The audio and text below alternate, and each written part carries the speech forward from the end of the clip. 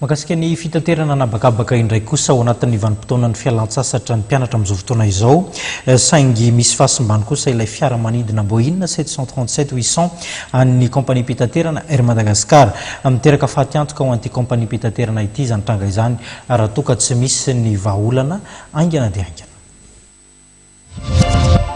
Vokatry ny fahasimban'ny aksionera iray any fiaramanidina Boeing 737-800 any Air Madagascar dia mikorotana ny sidina regionala hatramin'ny omaly.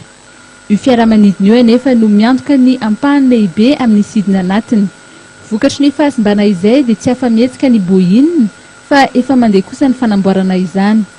Fotoana ny fialan-tsasatra izay ahitana fitombon'ireo mpampiasa ny fitaterana anabakabaka nefa izao.